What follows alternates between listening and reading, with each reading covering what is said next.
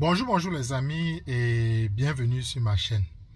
Aujourd'hui nous allons discuter du mot d'ordre de Franklin Nyamsi puisque Franklin Nyamsi a donné son mot d'ordre hier. Nous allons aussi discuter de l'erreur monumentale du RDPC pour avoir écarté le professeur Maurice Kamto.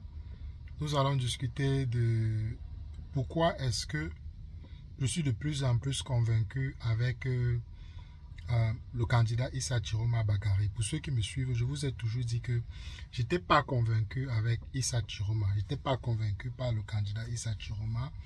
Je vous ai expliqué qu'il était allé à l'ambassade. Je vous ai aussi expliqué comment est-ce que c'était curieux tout ce qui se passait. Le gouvernement le laissait battre campagne, on ne le dérangeait pas. Donc voilà, c'est un point qui... et aussi, il n'avait pas demandé pardon pour tous ses propos, tout ce qu'il avait tenu contre le peuple camerounais. Donc j'étais un peu sceptique sur sa sincérité. Mais j'ai eu quelques éléments ce week-end qui me poussent à croire de plus en plus en la personne de Issa Chiroma, de croire de plus en plus en sa sincérité. Donc sans plus tarder, c'est parti les amis.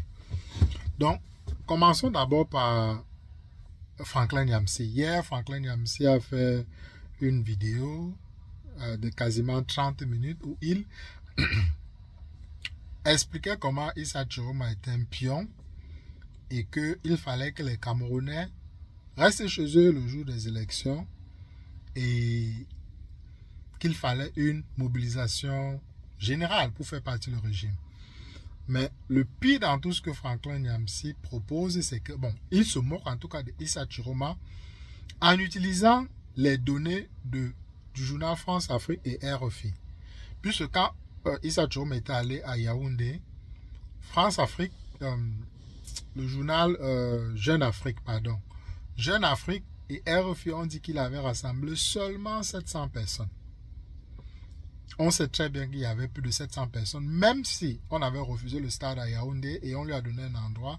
Et le RDPC est venu saboter en posant un kiosque de la vache qui rit pour diviser le nombre de personnes qui pouvaient s'attrouper pour regarder le candidat Issa Chiroma. Mais malgré tout ça, il a quand même réussi à rassembler beaucoup de personnes. Mais Jeune Afrique et RFI dit 700.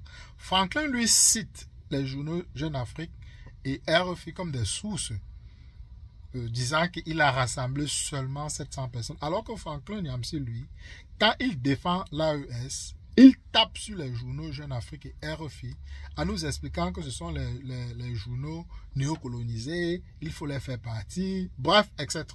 Mais quand ça tombe sur quelqu'un qu'il n'apprécie pas, il donne la source de ces journaux et il donne une crédibilité à ces journaux comme si les Africains devraient se prendre, en tout cas, tout ce que ces journaux disent, comme si c'était de la réalité. Donc voilà où je ne suis pas d'accord avec la malhonnêteté intellectuelle de Franklin Nyamsi.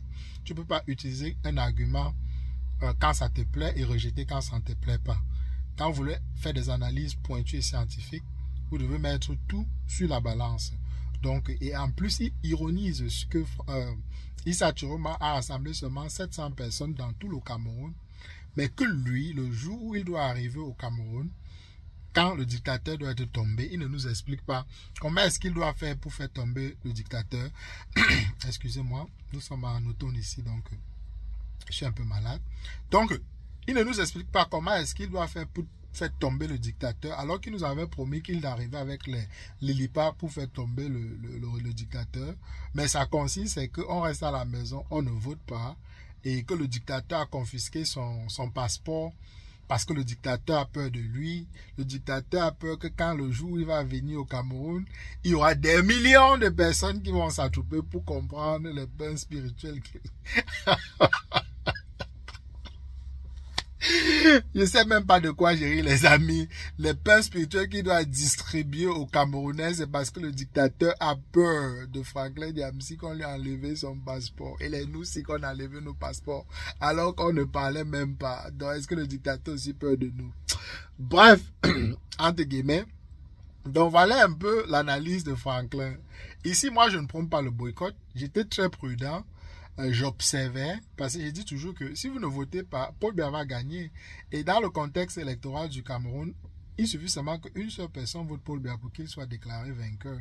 Donc, boycotter n'est pas une option. Et moi, je ne prenais pas pour voter pour un candidat parce que je faisais très attention au candidat Issa Chiroma. Mais aujourd'hui, j'ai évolué. Pourquoi est-ce que j'ai évolué? On a tous vu hier comment est-ce qu'il y a eu des centaines de milliers de personnes à Douala qui se sont rassemblées pour Issa Chiroma. J'aimerais bien entendre Franklin Nyamsi qui se moquait. Il pense, parfois, il ne faut pas trop vite parler. Et si vous avez constaté, ça fait quasiment presque une semaine que je n'ai pas publié. En tout cas, ça fait longtemps que je n'ai pas publié. Parce que mon but n'est pas seulement de parler. Il faut prendre le temps d'observer avant de parler. Parce que quand vous bavardez trop rapidement, vous vous discréditez. Et Franklin s'est discrédité parce que hier, on a vu la foule qui a accueilli Issa Chiroma dans la ville de l'opposition au Cameroun. Parce que Douala, c'est la ville de l'opposition. Donc, il y a plus de 4 millions de personnes qui vivent à Douala. Donc, imaginez que même ne serait-ce que 2 millions votent pour Issa Chiroma. Paul Biya a gagné 1,6 million. À supposer, puisqu'il avait fait disparaître 32 PV, qui est l'équivalent de quasiment 1,5 million votants. Donc, il a volé ça pour ajouter. Mais bref, on ne va pas entrer dans la polémique. Mais beaucoup de personnes se sont rassemblées hier pour Chiroma. Et je pense que Franklin a beaucoup parlé. Mais ce n'est pas ça qui me pousse à croire au candidat Issa Chiroma.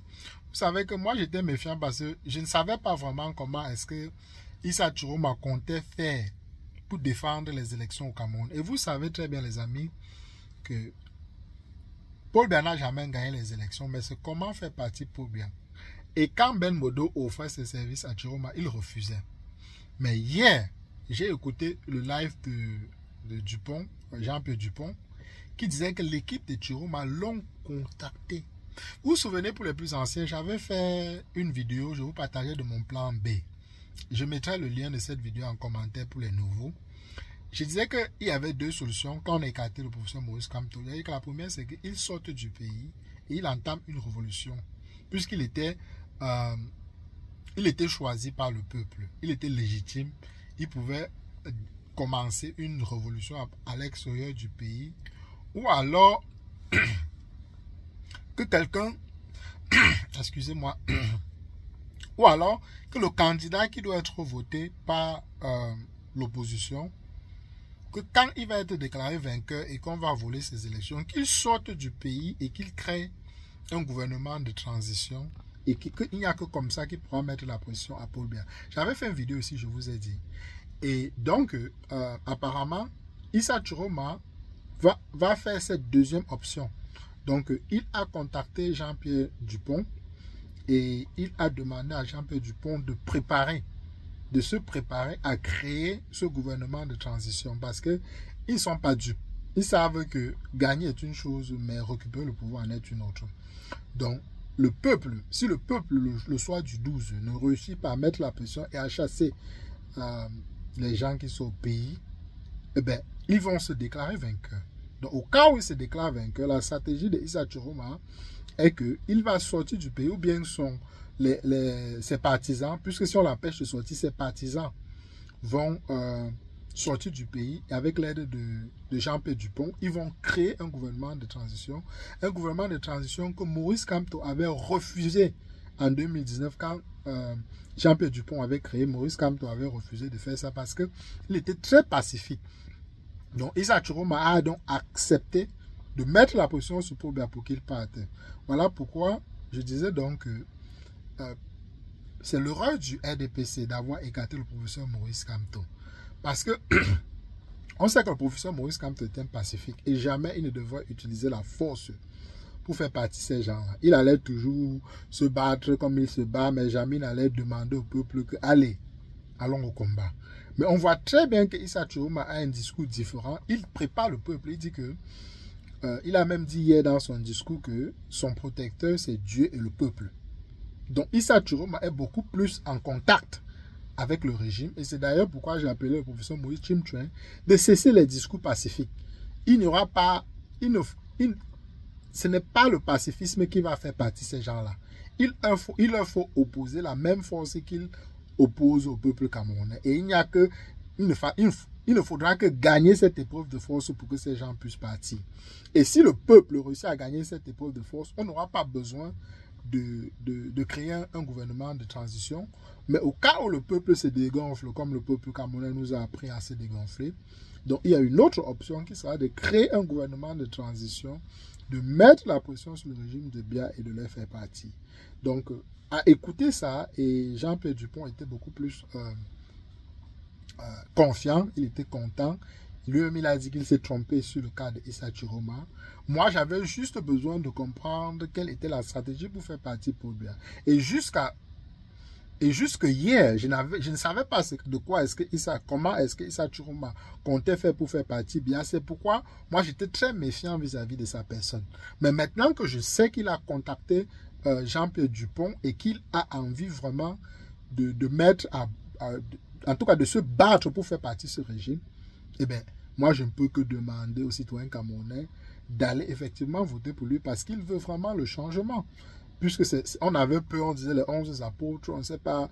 Kaba Libya, il a dit qu'il fait confiance au Conseil constitutionnel, donc il n'est pas un opposant. Josh aussi a dit qu'il ne va signer avec personne, donc ce n'est pas un opposant. Et les autres ne pèsent rien. Bello Bourbon, c'est que c'est un pion. Donc, il n'y a finalement plus que Issa Chiroma qui sort du lot. Et c'est une bonne chose que le peuple camerounais le soutient. Parce qu'aujourd'hui, on a maintenant des exemples et des faits qu'ils veulent vraiment faire partie du régime. Donc, pour ceux qui s'inquiètent, donc, il va faire partie du régime. Et quoi après? Jean-Pierre Dupont a aussi dit qu'il s'est rassuré que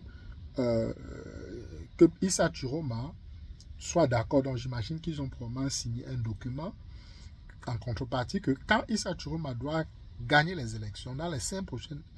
après avoir gagné les élections, il doit convoquer une assise nationale. Tous les Camerounais doivent rentrer, ils vont s'asseoir et ils vont discuter sur le nouveau modèle de gouvernance du Cameroun. Donc, le professeur Maurice Kamto sera là-dedans. Puisque je vois sur Internet, le professeur Boni et d'autres personnes disent déjà que le MSC c'est fini. Le MSC c'est pas fini. S'il y a une liesse populaire derrière Issa Chiroma, c'est parce que Kamto était écarté. Et dès que Kamto va revenir à la liste, Issa Chiroma, les gens qui ont un amour sincère pour Kamto vont rester avec lui. Donc, et Kamto fera partie de cette assise. Donc, c'est un constitutionnaliste.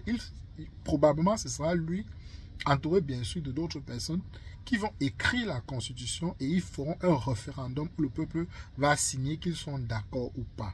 Mais donc, voilà une très bonne nouvelle pour repenser le pays. Si tout, en tout cas, se passe comme ce que je viens de vous expliquer, il sera beaucoup plus naturel et confiant de croire que Issa Chiroma peut être vraiment cette personne qui pourra nous mener de la dictature du néocolonialisme à une vraie démocratie au Cameroun. Donc, le rôle du RDPC, c'était d'écarter le professeur Maurice Kamto parce que le professeur Maurice Kamto, si on l'avait laissé, il devait truquer, mais le professeur Maurice Kamto devait se taire ou bien faire les trucs dans le moyen du pacifisme. Donc, ils doivent probablement se mordre les doigts, les gens du RDPC, parce que Issa Chiroma, n'oubliez pas qu'il avait été enfermé pendant 7 ans, on a cassé ses dents.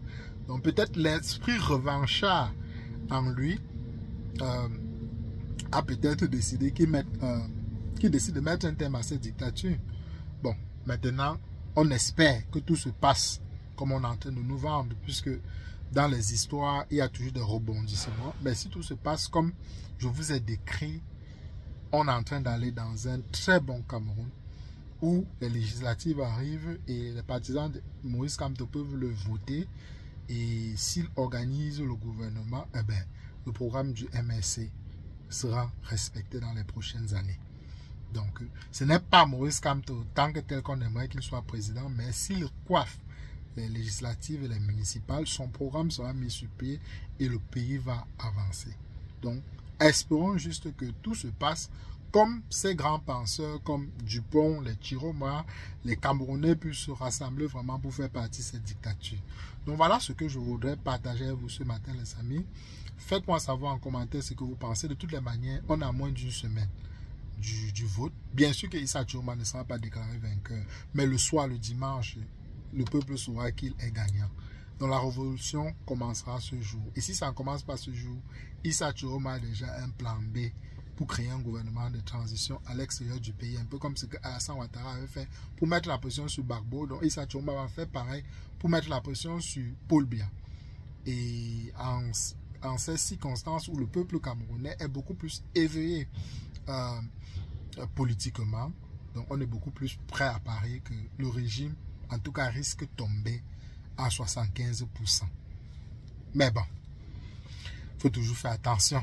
Mais en tout cas, c'est où est-ce qu'on est en train d'aller, les amis. Faites-moi savoir ce que vous pensez en commentaire. Est-ce que vous croyez qu'il y aura changement au Cameroun? Ou bien vous ne croyez toujours pas à Issa Chiroma Bakary? Je comprends, j'ai écouté les arguments de Wilfried Ekanga. Et je trouve que ce sont des arguments pertinents. Mais on ne peut pas laisser Paul Biya au pays. Et si Issa Chiroma gagne même et qu'il reste, il arrive au pouvoir et qu'il décide de perpétuer le régime de Paul Biya, son régime sera frais. Ce sera un néo-régime, donc beaucoup plus facile à renverser que de renverser une dictature de plus de 43 ans au pouvoir. Donc je pense que ce sera mieux de voter Chiroma. Et d'autant plus qu'il donne des garanties. Il a signé la plateforme de UPC et il a signé un contrat avec Jean-Pierre Dupont. Donc, pourquoi être méfiant alors qu'il n'y a pas d'autres options, il n'y a pas d'autres alternatives? Si on ne vote pas et on croise les bras, les Camerounais ne vont pas se lever. Donc, levons-nous, allons voter, défendons nos votes. Au cas où les Camerounais se dégonflent, il y a le plan B qui est de créer un gouvernement de transition. Donc, je vais m'arrêter ici, les amis. Faites-moi savoir ce que vous pensez en commentaire. On se retrouve très rapidement dans une prochaine capsule.